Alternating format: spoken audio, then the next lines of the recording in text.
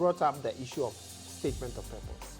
So I want you to walk us through, for example, how you crafted your statement of purpose, what elements in your statement of purpose you highlighted in order for it to, for example, come out as a very compelling story that is worthy of a Soma Scholar Scholarship.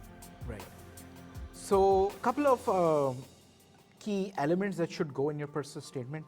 I think in this, and some things I learned on the way is when you apply to the US schools, because they have so many applications, your application needs to have a hook. So the first paragraph has to be a story. So in my SOP, my story was that my application started with that the child of the dying man who had slowly gone blind in my medical ward begged me to give him amphotericin. And I couldn't because there was no amphotericin in my ward. And the man was dying of rhino-orbitocerebral mucormycosis, the black fungus epidemic that was taking over India. And I could write about this story because I had served on the front lines of the COVID pandemic and the mucormycosis pandemic because I was doing my house officership job back in India at that time. So the first, we all have these kinds of stories, but we don't always often think about them in the way of, the SOP, but often go back, think about, stories that move, stories that changed you, stories that, you trembled because of the responsibility, because of the emotion, because of the gravitas of the situation. Think about them and write about them. And sometimes it takes a couple of iterations to iron them out, to tell them like a storyteller, so that when the person reads the first 3 lines, he's like, wow, let me focus on this and read this carefully. Because to be honest, I have talked to several people who have been served on the admissions board, and they often say that they cannot give more than 2 to 3 minutes per SOP, and that's even quite generous. So the most important thing is your hook, your introductory statement. That should ignite some sense of, excitement in your reader to give it the push the person needs to go in detail, read a couple of, the body, and then go to the conclusion.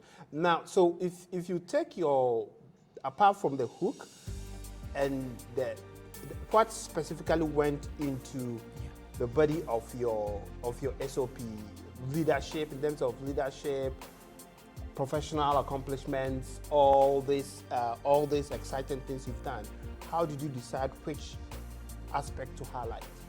Yeah, thank you so much for asking that. And so I'm going to give a broad framework that people can apply. So once you have talked about your hook, transition onto your journey. And this is not like a one-size-fits-all. Of course, you can customize this, but transition to your journey. Where were you born? What were the context? How did you grow up? What was your education? And I think because that informs a lot of your worldview and what you bring to the program. Talk about some of that and what you learned during your education.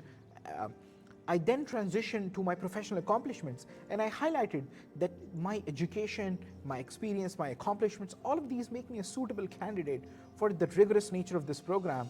And this is something I want to highlight, that the Hopkins MPH program is an accelerated program in 11 months. It's very rigorous, and people are often just dying because of how accelerated, how rigorous it is.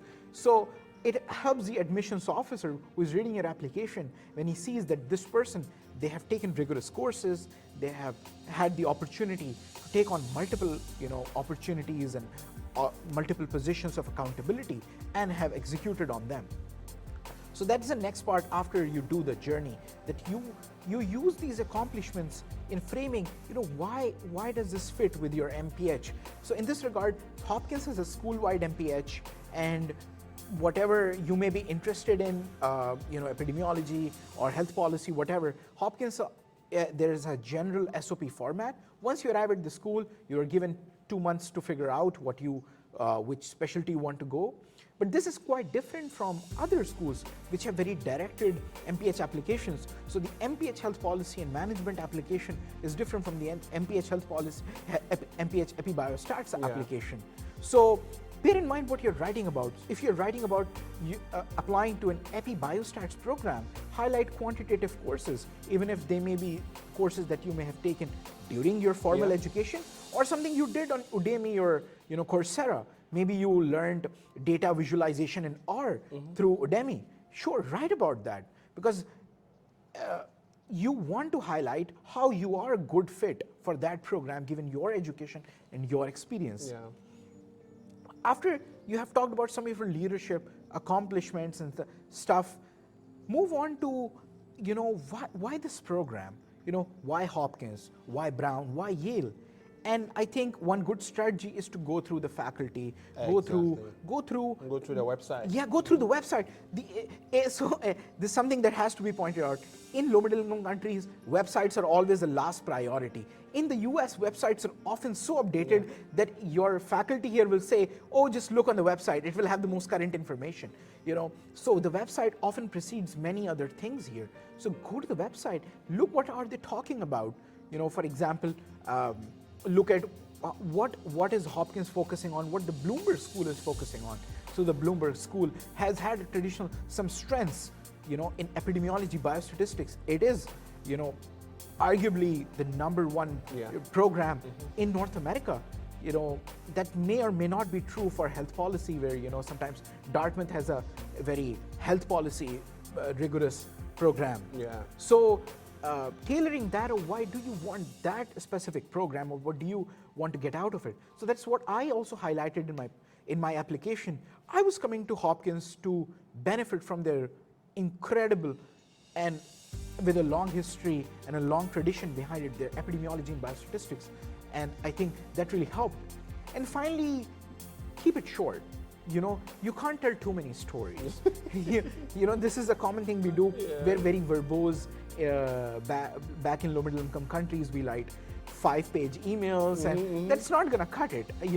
So the way to do it is you write a long SOP, maybe 2.5 pages, and then you sit down and you show it to different people, and you say, what can I cut out? Yeah. Don't just ask them to edit or give feedback. You say, what's most impactful and what is least impactful? What can I cut out from this to make it, crisp, concise, and more impactful? Yeah. I think you've laid down a good blueprint for people to utilize.